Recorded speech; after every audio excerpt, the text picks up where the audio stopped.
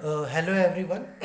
आज स्टार्ट करेंगे 10th class का पहला चैप्टर जिसका नाम है रियल नंबर। रियल नंबर एक ऐसा टॉपिक है जो हमने पहले पढ़ा है, बट फिर कहीं ना कहीं हर बच्चे के माइंड में ये रह जाता है कि रियल नंबर एक्चुअल में है क्या। ठीक है, उसे सब कुछ पता है मतलब, लेकिन फिर भी कहीं ना कहीं रियल नंबर एक्चुअल में होता क्या है उन्हें ये नहीं पता। तो रियल नंबर को इजी लैंग्वेज में अगर बताना चाहे तो हम कह सकते हैं कि रियल नंबर एक ऐसा नंबर है जो सारे डिफाइंड नंबर को कंसिस्ट करता है। ठीक है, डिफाइंड नंबर जो रियलिटी में एग्जिस्ट करते हैं उनको डिफाइंड नंबर कहा जाता है। जैसे आपका इवन हो गया, ऑड हो गया, प्राइम, इंटीजर, ये सब के सब आपके रियल नंबर में काउंट होते हैं। ठीक है, तो रियल नंबर को रिप्रेजेंट किया जाता है कैपिटल आर। मतलब आप कभी भी बुक में कैपिटल आर को देखो तो आप समझ सकते हो कि ये रियल नंबर की बात कर रहा है। अब रियल नंबर को डिवाइड तो वैसे बहुत ही कैटेगरी में किया जा सकता है, बट यहाँ पे सिर्फ दो कैटेगरी में डिवाइड किया जाता है, रेशनल नंबर और इरेशनल नंबर। रेशनल नंबर जिसको क्यू से रेशनल नंबर जिसको क्यू से रिप्रेजेंट किया जाता है, और इरेशनल नंबर जिसको क्यू डैश या फिर टी से रिप्रेजेंट किया जाता है। तो हम स्टार्टिंग करेंगे रेशनल नंबर के साथ। तो रेशनल नंबर हमने पढ़ा है 9th क्लास में पहला चैप्टर में, लेकिन फिर भी एक बार रिवीजन करा देता हूँ। तो रेशनल नंबर वो होता है जिसको p बाई क्यू फॉर्म में रिप्रेजेंट किया जाता है। मतलब ये भी एक फॉर्म के साथ आता है, और वो फॉर्म क्या है, p बाई क्यू। अब ये p और q है क्या? कोई भी नंबर हो सकते हैं? नहीं, पी क्यू आपके को प्राइम नंबर होते हैं। कौन से नंबर? को प्राइम। अब बच्चे कहते हैं ठीक है कि पी क्यू को प्राइम नंबर है, बट ये को प्राइम क्या होता है? तो आप यहाँ पे देख पा रहे हो कि जो को प्राइम नंबर है वो ऐसे नंबर होते हैं जिसमें कुछ भी कॉमन फैक्टर नहीं आता एक के अलावा। मतलब ऐसे दो या दो से ज़्यादा नंबर जिनमें कुछ भी कॉमन ना आए। जैसे 5 और 7, क्या 5 और 7 में कुछ कॉमन आ रहा है? नहीं, तो ये को प्राइम नंबर है। 6 और 11 में कॉमन? नहीं, ये को प्राइम नंबर है। 3 और 17 में कॉमन? नहीं, ये को प्राइम नंबर है। अगर मैं वहीं पे एग्जांपल लेता हूँ 2 एंड 4, तो 2 और 4 में कॉमन क्या आता है? 2 आता है, तो ये को प्राइम नंबर नहीं है, क्योंकि यहाँ पे एक के अलावा दो भी कॉमन आ रहा है। तो जहाँ पे आपका कॉमन आ जाता है वो को प्राइम नहीं होते, और जहाँ पे नहीं आता वो आपके को प्राइम नंबर होते हैं। इसके बाद एक और पार्ट था कि जो आपका Q मतलब जो डिनोमिनेटर होता है वो कभी भी ज़ीरो के इक्वल नहीं होता।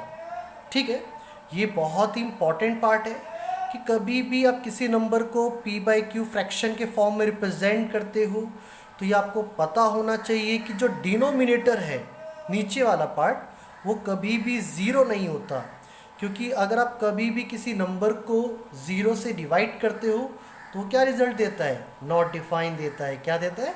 Not define. जैसे एग्जांपल लेते हैं, मैंने कहा 0/1। अगर आप ज़ीरो को किसी नंबर से डिवाइड करते हो तो रिज़ल्ट आता है ज़ीरो, क्योंकि जैसे आप किसी नंबर को डिवाइड कर रहे हो तो बीच में आता है, और जिससे करते हैं बाहर आता है। तो एक को किससे मल्टीप्लाई करें ज़ीरो है, एक को ज़ीरो से मल्टीप्लाई करो, ज़ीरो आएगा। ठीक है, बट अगर मैं वहीं पे कहता हूँ कि 1 को 0 से डिवाइड करना है, तो देखो जिसको डिवाइड करते हैं 1, जिससे डिवाइड करते हो बाहर आता है। अब 0 को किससे मल्टीप्लाई करूँ कि 1 आए? है कोई ऐसा नंबर? नहीं, कोई नंबर है ही नहीं। इसीलिए कोई भी नंबर आपका 0 से डिवाइड नहीं होता। इसीलिए हम रिजल्ट क्या देते हैं? Not define. क्या आता है? Not define. तो आपको पता होना चाहिए, काफ़ी इंपॉर्टेंट पार्ट है कि कोई भी नंबर आपका 0 से डिवाइड नहीं होता। तो इसीलिए आपका Q कभी भी ज़ीरो नहीं होता, क्योंकि अगर Q ज़ीरो हो गया तो नंबर को नॉट डिफाइन कर देगा। नंबर डिफाइन ही नहीं है तो कैसे पता चलेगा कि मेरे सामने जो नंबर है वो इवन है कि ऑड है, या वो रेशनल है या इरेशनल है? आप कभी भी नंबर को पहचान तभी कर पाओगे ना जब वो नंबर डिफाइन होगा, ऐसे तो नहीं कर पाएंगे। और नंबर डिफाइन कब होगा? जब आपका Q मतलब डिनोमिनेटर ज़ीरो के इक्वल नहीं होगा। ठीक है, इसके बाद आपके 1.1 में सबसे पहला टॉपिक जिसका नाम है यूक्लिड डिवीज़न लेमा। ठीक है, देखो यूक्लिड नाम सुना है आपने 9th क्लास में, आपका चैप्टर 5 का टॉपिक था। तो यूक्लिड है क्या, मतलब है कौन? यूक्लिड एक मैथमेटिशियन है, बहुत बड़े मैथमेटिशियन है। इन्होंने इनको एक टैग दिया गया है फादर ऑफ ज्योमेट्री, मतलब जो आप ज्योमेट्री पढ़ते हो उसके फादर हैं ये, मतलब पूरी की पूरी ज्योमेट्री जो हमें देन है वो यूक्लिड की है। तो काफ़ी बहुत बड़े मैथमेटिशियन है, तो आपको पता होना चाहिए यूक्लिड के बारे में कि जिन्हें फादर ऑफ ज्योमेट्री भी कहा जाता है। बट यहाँ पे क्या कर रहा है वो, तो यहाँ पे उन्होंने एक स्टेटमेंट दिया, क्या? a is equal to b q plus r, a is equal to b q plus r. देखो ये स्टेटमेंट हमने पहले पढ़ा है 5th 6th में, बहुत सिंपल है। ए डिविडेंड, जिस नंबर को डिवाइड किया जाता था। बी डिविजर, जिससे डिवाइड किया जाता था। क्यू आपका क्वोशिएंट, जिससे जो डिवाइड करने पे आता था। और आर रिमाइंडर, जिसको हिंदी में शेषफल भी कहा जाता है, जो बचता था, है ना। डिविडेंड, डिवाइजर, क्यूटेंट, रिमाइंडर सुना होगा आप लोगों ने पहले। बस उसी को एक फॉर्म में रिप्रेजेंट किया गया और ये यूक्लिड डिवीजन लेमा से रिप्रेजेंट किया जाता है, ठीक है। और आपको ये पता होना चाहिए जो आपका डिवीज़र होता है बी और जो आपका आर होता है रिमाइंडर, तो जो रिमाइंडर होता है ना वो 0 से लेकर 20 से हमेशा कम होगा, ठीक है। जैसे आप कभी 8 को 2 से डिवाइड करते हो, या सॉरी 9 को 2 से डिवाइड किया, तो 9 को 2 से डिवाइड करने पे, जिसमें करके दिखाता हूँ, जैसे आपने 9 को 2 से डिवाइड किया तो 2 4 जा 8 1, तो ये जो रिमाइंडर है ये आर है, और जिससे डिवाइड करते हैं बी, तो रिमाइंडर हमेशा इस वाले पार्ट से छोटा होगा। कभी आपने नोटिस किया है कि रिमाइंडर इससे बड़ा हो गया? नहीं, वो तो कंडीशन गलत हो जाएगा, मतलब सेटिस्फाई नहीं करेगा वो, ठीक है। तो आपको पता होना चाहिए कि जो रिमाइंडर होता है वो बी से हमेशा छोटा होता है, ठीक है। जैसे अगर आप बी 3 लेते हो तो रिमाइंडर आपका क्या कर सकता है? 0 हो सकता है, 1 हो सकता है, 2 हो सकता है, ठीक है। वहीं पे एग्जांपल लेके दिखाया मैंने। जैसे मैं 10 को डिवाइड करता हूँ 3 से, ठीक है। तो जिसको जो बड़ा नंबर होता है जिसको डिवाइड कर रहे हैं वो ए, जिससे डिवाइड किया जा रहा है वो बी। तो डिवाइड किया, सिंपल देख, 3 3 9, सब्ट्रैक्ट किया, रिमाइंडर 1। तो उसको इस फॉर्म में रिप्रेजेंट कैसे करना है? A is equal to b plus r वाले में, तो ए आपका 10 हो गया, बी आपका 3, जो डिवाइड करने पे क्वेश्चन आता है उसको मल्टीप्लाई में, और जो रिमाइंडर बचता है वो +1 में। तो a b q plus r तो हम पहले भी करते थे, ठीक है। बट यहाँ पे इसका यूज़ क्या है उसकी बात करेंगे। तो वो यूज़ करने से पहले हम एक टॉपिक की बात करते हैं जिसका नाम है यूक्लिड डिवीज़न एल्गोरिथम। अब ये एल्गोरिथम क्या है? स्टेप बाय स्टेप आप किसी भी वर्क को, किसी भी प्रोसेस को जब स्टेप बाय स्टेप रिप्रेजेंट करते हो तो उसी को एल्गोरिथम कहा जाता है, ठीक है। यहाँ पे क्या काम कर रहा है? तो यहाँ पे HCF फाइंड करना होता है हमें क्या करना होता है?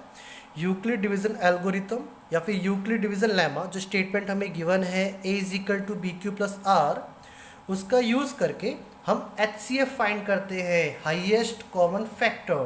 फैक्टर पता है ना? फैक्टर वो होता है जो डिवाइड करने पे रिमाइंडर क्या देता है? 0। अब 2 वर्ड है, एक फैक्टर होता है और एक मल्टीपल।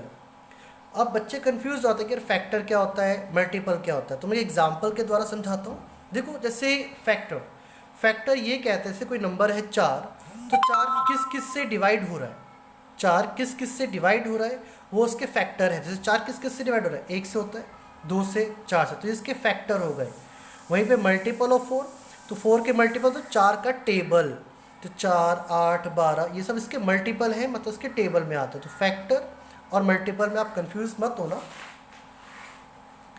अब यूक्लिड डिवीज़न लेमा का यूज़ करके हम 2 नंबर के बीच में HCF कैसे फाइंड करते हैं हम बात करते हैं उसकी। तो आपके पहला एग्जांपल है NCERT का जो पेज नंबर 5 पे मेंशन है। तो 2 नंबर है 4052 एंड 12576। इन दोनों के बीच में आपको क्या फाइंड करना है? HCF। अब कहोगे भैया HCF तो फाइंड हमने पहले भी सीखा था 8th में 7th में, बट यहाँ पे क्या कह रहा है? यूक्लिड एल्गोरिथम का यूज़ करके फाइंड करना है, ठीक है। तो देखो आपके पास 2 नंबर हैं, दोनों में एक नंबर बड़ा होगा एक छोटा होगा, तो जो बड़ा है उसको A माना और जो छोटा है वो B। अब क्या करेंगे? इन नंबर को A is equal to b q plus r वाले फॉर्म में रिप्रेजेंट करेंगे, मतलब डिवाइड करेंगे। तो 12576 को डिवाइड किया, 4052 3, आप देख पा रहे हो डिवीज़न सिंपल है। तो जब मैं 12576 को 4052 से डिवाइड करता हूँ तो जो क्वेश्चन आता है वो 3 आता है, ठीक है। और जो रिमाइंडर आया वो 420 आया। अब ये प्रोसेस चलता रहेगा कब तक, जब तक रिमाइंडर 0 नहीं आएगा। ठीक है, पहला स्टेप तो आप कर लोगे। उसके बाद क्या, उसके बाद जो आपका बी था वो आपका बन जाएगा ए, और जो आपका आर था वो बन जाता है बी। मतलब अब 4052 को 420 से डिवाइड करना है। ठीक है, तो अच्छे से समझना, काफ़ी इंपॉर्टेंट और इजी पार्ट है। सबसे पहले आपको 2 नंबर देगा, तो बड़े वाले को ए मानना, छोटे वाले को बी मानना। ठीक है, अब आपको क्या फाइंड करना है, HCF। बट कैसे, यूक्लिड एल्गोरिथम का यूज़ करके।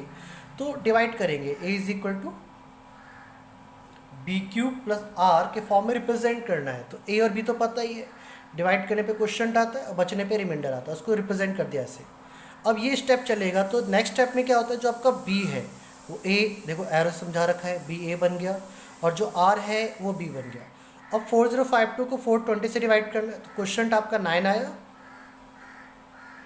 और रिमाइंडर बचा 272, देख पा रहे हो। अब फिर से होगा, फिर से क्या होगा, फिर से बी आपका ए बन जाएगा, और फिर से आर आपका बन जाएगा बी। ठीक है, फिर 420 को 272 से डिवाइड करना है, फिर डिवाइड करने पे क्वेश्चन 1 रिमाइंडर। कब तक चलता रहेगा, जब तक रिमाइंडर 0 नहीं आ जाता, जब तक रिमाइंडर 0। जैसे ही रिमाइंडर 0 आएगा, तो जो उस स्टेटमेंट का बी है, जैसे a is equal to b q plus r, तो जैसे ही आपका रिमाइंडर 0 आएगा, तो जो आपका b है वो आपका HCF हो जाएगा। तो b आप देख पा रहे हो 4 आ रहा है, कब, जब रिमाइंडर 0 आएगा। तो 12576 और 4052 का जो HCF होगा वो आपका 4 होगा। ठीक है, क्लियर है। बाकी कोई प्रॉब्लम है तो पूछ लेना। जैसे कोई भी 2 नंबर देगा, a is equal to b q plus r में रिप्रेजेंट करना है, और कब तक करना है, HCF फाइंड करना है, जब तक रिमाइंडर आपका 0 ना हो जाए।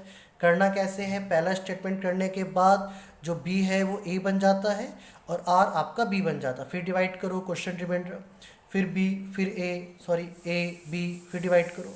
चलता रहेगा प्रोसेस जब तक रिमाइंडर 0 नहीं आता। ठीक है, इसके बाद आपका एग्जाम्पल नंबर 2 काफ़ी इंपॉर्टेंट है। देखो क्या कहता है, कहता है show that every positive even integer is of the form 2q। आपको बताना है कि जो इवन इंटीजर होते हैं उनका फॉर्म 2q होता है, और जो आपके पॉजिटिव ऑड इंटीजर होते हैं उसका फॉर्म होता है 2q प्लस 1। ठीक है, और q कोई भी इंटीजर है। अब ये जो आपका सेकंड एग्जांपल है, इसको प्रूफ कैसे करते हैं, ये शो कैसे किया जाता है। देखो, सबसे पहले हमने क्या किया, यूक्लिड डिवीजन लेमा का यूज़ किया। ठीक है, अब यूक्लिड डिवीजन लेमा जिसने एक स्टेटमेंट दिया है क्या, a is equal to b q plus r, और जो आपका रिमाइंडर होता है वो 0 से लेकर के b से हमेशा कम होता है। डिस्कस किया था हमने। ठीक है, कि जो b r होता है रिमाइंडर, वो 0 से लेकर b से हमेशा कम होगा। ठीक है, आपको यहाँ पे किस फॉर्म में लाना है, 2q। तो जो q के साथ होता है वो b होता है, तो यहाँ पे क्या है 2 है, तो b आपका 2 हो जाएगा, कोई दिक्कत। ठीक है, तो जिस फॉर्म में लेकर आना होता है कंपेयर करके आप बता सकते हो कि आपका b क्या है। तो जो q के साथ होता है वही आपका b होता है, तो b मुझे मिल गया। अब b जैसे 2 मिला तो r क्या होगा, 0 से लेकर b से कम। तो अगर b आपका 2 है तो r क्या क्या हो सकता है, 0 हो सकता है, 1 हो सकता है, 2 नहीं होगा कभी, या उससे ज़्यादा नहीं होता। रिमाइंडर हमेशा b से छोटा होता है। ठीक है, अब जो आपका, देखो आपको b पता लग गया, b 2 है, r पता लग गया, ये सब पॉसिबल वैल्यू है। अब एक एक करके पुट करेंगे, तो जो a is equal to b, b की जगह 2 q प्लस r, एक बार r की जगह 0, और a is equal to 2q plus 1, एक बार r की जगह 1। तो 2 फॉर्म निकल के आई, मतलब जितना आपका रिमाइंडर रहेगा ना आपके पास उतनी ही फॉर्म आएगी।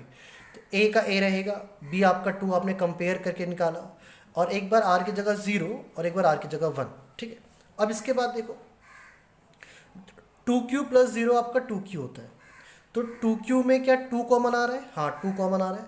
तो किसी फॉर्म में अगर 2 कॉमन आता है तो वो क्या होता है, इवन इंटीजर। क्या होता है, इवन, है ना, इवन नंबर डिविजिबल बाय 2। तो कोई नंबर है तो डिवाइड करके बता दोगे, बट जब कोई फॉर्म आता है तो फॉर्म में कैसे बताते हैं, जब उस फॉर्म में से आपका 2 कॉमन आ जाएगा तो वो इवन इंटीजर माना जाता है। अब देखो 2q प्लस 1 में क्या 2 कॉमन आ रहा है, नहीं आ रहा, तो ये आपका 2 से डिविजिबल नहीं होगा। और अगर कोई नंबर 2 से डिविजिबल नहीं होता तो उसको क्या कहते हैं, ऑड पॉजिटिव इंटीजर। तो आपने देखा 2q क्या हो गया, इवन पॉजिटिव इंटीजर, और 2q प्लस 1 क्या हो गया, ऑड पॉजिटिव इंटीजर। आप इतने कंसेप्ट का यूज़ करके 1.1 आराम से कर सकते हैं, बाकी जो प्रॉब्लम होगा आप मुझे पर्सनली डिस्कस कर सकते हैं। Okay, thank you.